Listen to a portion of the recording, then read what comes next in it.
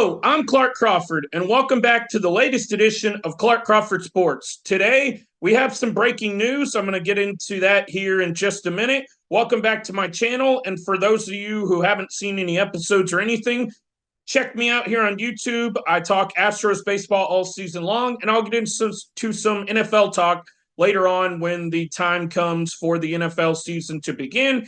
But right now, we're talking Astros baseball. There's some Astros breaking news. If you haven't heard, I'll get into that here in a minute. A quick Astros versus Giants debacle of a series. It was ugly. They lost 2 of 3. I'll break down each game quickly, and then we're going to get into the breaking news as well. If you haven't heard already, I'm excited to break it because, well, everyone's favorite Astro is off the team, but hold on. And then, of course, an Astros versus Tigers series preview. There's a lot to discuss. Dive right in. The breaking news on the channel is Jose Abreu is no longer an Astro. He has been DFA'd by the Houston Astros, and, well, it's a move that needed to happen, and I expected, as I said on my channel a couple weeks ago, he'd probably have till the end of June if he wasn't performing well. And who knew he wasn't going to perform well? Well, we all knew he wasn't. I mean, it was highly unlikely. But Jose Abreu is gone, and it looks like John Singleton and Mauricio Dubon are going to take over first base for now. Joey Loperfido, after he was called up for a few days, cannot come back, if you're wondering, because everyone's asking. I see it all over social media. Why didn't they call him up? Well, they can't call him up because the Kyle Tucker injury, they called him up, and he was sent back down. You have to be in the minor leagues for, I believe it's 10 to 15 days. He's not eligible to come back until the 21st, but guess what? Once the 21st hits, bam, he's right back on the roster. It's unfortunate, but hey, he'll be right back. Don't worry. So the Jose Abreu saga is over, and this is the last time I'm going to talk about it on the channel. For this season, he's been DFA'd. And if you're wondering, Jose Abreu's stats, after he came back, he hit 2 home runs, and he was 7 for 42 on the season after he came back from the minor leagues in West Palm Beach. That amounts to a 167 average. The Astros finally said, we've seen enough. There's less than 100 games left on the year. You've got to do something, and they felt this is the right move. So all of you people who are jumping all over Joe Espada and whatnot, why are you playing Jose Abreu? Why? Well, essentially, I've learned over the last week or so, I've heard multiple reporters and such say it. Essentially, Joe Espada was forced to play Jose Abreu, and any logical Astros fan should have known that. But I'm here to give you the logical facts. He was forced to play Jose Abreu because they were trying to get ROI, which is return on their investment. Unfortunately, it didn't work out. All of us last offseason were like, it's a great signing. Jose Abreu is going to be an Astro, and we're all expecting big things. Well, not all signings work out. And I was a big fan of the Jose Abreu signing, but it's too late. It is what it is. It ended up being a bust. We can stop pointing fingers because I'm sick of seeing it. Every team has bad signings. Every team, or most teams right now, have a bad contract or two on their roster. So you know what? I'm ready to move past it. I'm done talking about it, but I'm talking about it today because he was just released. Jose Abreu's gone, so let's look forward to the rest of the season. Now, I'm not guaranteeing the Astros are going to win a World Series or anything, but I think it definitely gives them a better shot. Jose Abreu had a negative 1.5 WAR, which is wins above replacement so far this year, and, well, that's ultimately what ended up getting him released. So in tonight's lineup, which I won't really go over, and I'm not going to go over today. Maybe in another video, I'll go over the lineup for that game. But Mauricio Dubon, who's going to get some time, probably against left-handed pitchers, is your starting first baseman tonight. So the Jose Abreu saga is over. No more Jose Abreu updates. Everyone's favorite Astro here on the channel. But unfortunately, we won't have any more Jose Abreu updates. I know. Everybody's upset. But it's gone, it's over, and it's done with. Let's see if we can salvage the season because, like I said, I'm ready to move on. Now, that brings us to the Astros versus Giants series.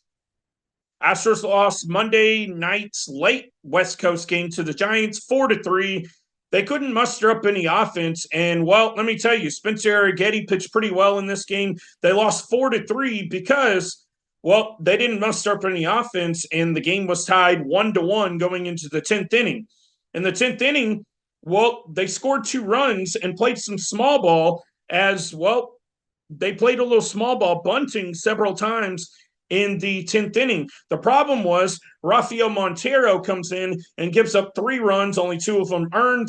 And well, Montero crapped the bed, and that was history. Why Montero was pitching in that situation? Well, Joe Espada's bullpen management was not great the previous 2 days, and well, he felt Montero with certain pitchers probably not available.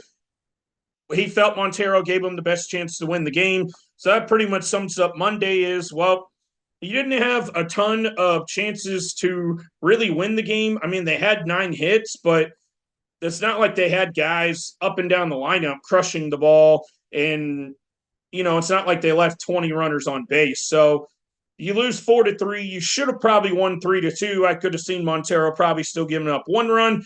But it's in the past. I'm ready to move on. Like I said, it's going to be a quick recap of the Astros-Giants series. Now, moving on to game 2, Ronel Blanco was brilliant, and I mean brilliant, in 6 innings, striking out 8. He really battled as he had a time or two of struggled, but he got through it, and the Astros won the game 3-1. They scored 2 runs in the 5th inning, no home runs, but they were able to muster together enough hits. John Singleton goes 2 for 3 in that game. Altuve has an RBI. Bregman has an RBI. And Mauricio Dubon, 2 for 3 with 2 runs scored. Blanco was great. And, of course, Ryan Pressly. All of y'all are knocking on Pressly all season. Well, Ryan Pressly went a scoreless 9th inning to pick up his second save of the season. His ERA sits at 5.19 for the year, and he had 2 strikeouts. That brings us to Wednesday's game. Well, as I've been saying it all season long on my channel, we got outdueled by Logan Webb versus Framber Valdez. Now, I said in my Astros versus Giants series preview, which the video came out on Monday before the game, I was thinking this was going to be the game of the series between 2 potential all-star pitchers. Well, Framber Valdez, I don't think he's going to be an all-star, at least not anymore. He just has way too many implosions and things of that nature. I mean, come on, Framber. 4 innings, 8 hits, 5 earned runs. He just wasn't sharp. And his first 2 innings were okay. He was even a little shaky. He was good enough. And after the 2nd inning, I knew something was going on. And Framber Valdez, I mean, he pretty much imploded after, or even partially in the 2nd inning. He was lucky not to give up any runs then. But there was a couple of borderline calls, and I know I'm not going to sit here and blame the umpire. That's why I'm just calling them borderline calls that I'll say could have gone either way. And, well, you just have to work through it as a pitcher of if it's a borderline call and it doesn't go your way, just get the ball back and move on to the next pitch. Now, I say that, and I never played college ball or anything, but for anyone who knows me, I umpire Little League Baseball. And I know a lot of you are probably going to say, oh, that doesn't mean anything. Well, no, I'm telling you, if a pitcher gets frustrated, I always come and talk to them and say, hey, maybe I did miss a call. But at the same time, and, a lot of y'all are probably going to say, well, blame the umpire. Well, the umpires aren't perfect. Get things straight. And, well, I always encourage the pitcher, keep working through it. Like, throw the same pitch again. Try to hit that same location, and I'll try to make the best call that I think should be possible in that situation if I'm behind the plate or the field umpire, whatever it is. But nonetheless, Framber just lets things get to his head mentally. I don't understand it. I understand he's frustrated about a call, but you just got to keep working through it. And while bad Framber showed up, as I've said on my channel, probably at least close to 10 times now, which Framber are you going to get this season? And unfortunately, after a couple of borderline calls that did not go his way, he just imploded and only lasted 4 innings. And the craziest thing is, you see he gives up 5 runs. Well, he only threw 59 pitches, and luckily Seth Martinez and Sean Dubin both went 2 scoreless innings while giving up 1 hit. And Sean Dubin, the highlight of the game, other than Yordan Alvarez, who should have had 2 homers, he only had 1. But Yordan hits his 14th homer of the year. And, of course, Sean Dubin, as I alluded to, went 2 scoreless innings. And the highlight was he struck out 5 hitters in those 2 innings. So 5 of his 6 outs were strikeouts. Sean Dubin, I think, can be I'm not saying he's going to be a starter in the major leagues, and I understand, a lot of people are probably asking why I'm talking about Sean Dubin. Well, Sean Dubin can really ramp the ball up to about 98 miles an hour, and I really think Sean Dubin can be a quality pitcher in this league, probably as a bullpen arm, middle relief kind of guy. I don't know that he has setup man materials, but I really think Sean Dubin can be a quality, at least middle reliever in this league. I just want to give him some props. He pitched really well. He hadn't pitched since June 5th before Wednesday. And of course, I mentioned Dubin and Martinez because they saved the bullpen as Hader, Presley, Montero, guys like that. And the rest of the bullpen, obviously, other than Martinez and Dubin, got the night off. And I think they saved bullpen arms to have fresh guys ready to go for this Tigers series. So that's it for the Astros-Giants recap of the series. It wasn't pretty. I'm ready to move on. Jose Abreu's gone. Let's have a fresh start. The Astros are coming into the Astros versus Tigers series, which we're going to jump right into right now. Versus Tigers. The Tigers come into the series at 33-35, fourth in the AL Central, as they faced off 3 games earlier this season. The Astros are 31-38, third in the AL West. Seattle actually did not sweep the White Sox as I expected in their 4-game series in Seattle. The White Sox beat them 3-2 in 10 innings last night. So the Astros are 8 back in the AL West. That is your quick AL West standings update. Now, Tariq Skubal takes the mound for the Tigers. He's 8-1 with the 1.92 ERA. They'll take the mound tonight. This is your Friday night pitching matchup here on June 14th. He's 8-1 with the 1.92 ERA, 79 2/3 innings pitched, 56 hits given up, wow, and 96 strikeouts. He's been a big-time strikeout pitcher so far this year. His opposition will be Hunter Brown, who is 2-5 with the 5.58 ERA, 61 1/3 innings pitched, 67 strikeouts. Most of you may be thinking, if you haven't seen my videos, I've been a Hunter Brown supporter all year. I'm going to continue to support him. Well, Hunter Brown's been spectacular since about, I believe it was May 5th, and he's been spectacular, and I expect him to continue to pitch well as he has since early May. Now, also, we are going to go back to the Astros-Tigers series earlier this year. Astros took 2 of 3 from the Tigers earlier this year in Detroit, May 10th through 12th.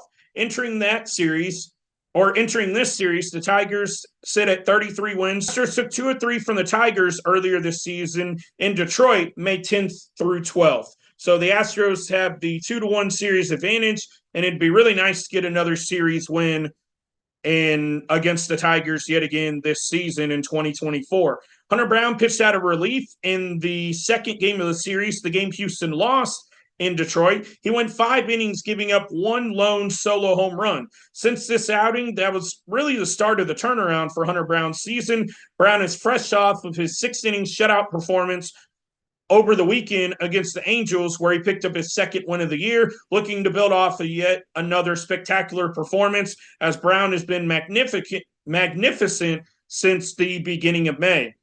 Tariq Skubal, his mound opponent for tonight's game, as I mentioned, picked up the Tigers' lone win of the 3-game series with the 2 clubs earlier this year against the Astros, as he went 6 1/3 innings with 7 hits, given up 2 earned runs. At the time, he was 5-0. Now he's 8-1, which he comes into tonight's matchup 8-1. I would argue he should be the American League starting pitcher in the All-Star game. He's been phenomenal, and he's been the American League's best starter. On Sunday, Skubal gave up 1 run in 6 2/3 innings pitched, while striking out 10 in a 10-2 victory. Is the Game 2 matchup on Saturday afternoon at Minute Maid Park. Jack Flaherty opposes Justin Verlander. This is the same mound matchup we got in Game 3 of the previous series between the 2 teams. Flaherty is 3-4 with the 3.22 ERA, 72 2/3 innings pitched, with 94 strikeouts. Like Skubal, Flaherty's racking up a ton of strikeouts so far this year. And his mound opponent, Justin Verlander, 3-2 with a 3.95 ERA and 57 innings pitched with 51 strikeouts. His strikeout numbers are down. But what do you expect out of a 41-year-old? He's going to have to find other ways to be effective and record outs. Now, we're going to go over their numbers here in just a second. Justin Verlander squares off with Jack Flaherty, round 2 for the likely final time in 2024, unless the respective teams meet up in the postseason. Round 1 between the two pitchers, to refresh your memory, was on May 12th, the series finale. The Astros won the game, and it was won by Verlander. Verlander outdueled Flaherty, going 7 shutout innings, while Flaherty pitched well for his own credit, going 6 2/3, giving up 3 runs, but his 3 runs was not enough to defeat the Astros and Verlander's a bit over a month ago. Now, Verlander has been shaky in back-to-back starts, allowing 4 runs in both starts while only lasting a measly 5 innings. The Astros need much more out of Verlander. They need a big boost from him on Saturday afternoon. As far as I'm concerned, he's due for a bounce-back start. Last time Flaherty took the mound was on June 4th, so it's been a long layover for him. Interesting to see if this will affect him in any way in his upcoming start on Saturday. The Tigers won Flaherty's last start against the Rangers, where Flaherty threw 5 scoreless innings. And game 3 of the series, as I pull it up here, it's going to be Kenta Maeda, a right-handed pitcher for the Tigers, versus Astros right-hander Spencer Arrighetti. Maeda 2-2 with the 5.89 ERA. He's gone through his fair amount of struggle so far this year, and 44 1/3 innings pitched with 35 strikeouts. Now, Spencer Arrighetti, the Astros rookie, 3-5 with the 5.33 ERA, 52 1/3 innings pitched with 61 strikeouts. So he's done a pretty good job of striking hitters out, but he needs to be a bit more effective, as you can see with this high ERA. Now, for these two pitchers, in Sunday's series finale and possibly the rubber match of the series, as I mentioned, Kenta Maeda versus Spencer Arrighetti. Maeda lasted 4 innings, allowing 1 run and an extra innings lost to Washington in his previous trip to the mound. Lastly, for the starting pitcher scheduled to start this weekend, none other than Spencer Arrighetti. As Monday in the extra innings disaster, as I mentioned earlier, Arrighetti lasted 5 2/3 while giving up his lone run on the final pitch he threw. Arrighetti pitched well enough to deserve a win, but unfortunately the Astros scored 3 runs, 2 of them in extra innings, long after Arrighetti was removed from the game. It's going to be a tough series against the Tigers. They're fighting to get over 500, and they're a little closer than Houston. And the Astros, of course, are fighting, trying to get back to 500. Well, it's going to be tough, but you got to start stringing wins together. It'd be nice to have a series sweep, as you probably should have gotten against the Angels and maybe even the Giants, 2 teams that you're more than capable of beating, but you didn't secure some wins that you should have. It was a 3-3 road trip, and it definitely very well should have been 5-1. That's going to do it for the latest edition of Clark Crawford Sports. Here's your latest Houston Astros update. Drop a like on my video, comment down below, and subscribe to my channel, and I'll give all of y'all some more Astros updates, more and more. They're going to keep coming all throughout the season here on Clark Crawford Sports. So signing off for the latest edition, and I'll see all of you in my next edition coming up, possibly a live stream over the weekend. If not, you'll get the Astros versus White Sox series preview either Monday or Tuesday, because the series doesn't start till Tuesday. So signing off, thank you all for watching. Subscribe to my channel if you aren't already, and I'll see all of you later on.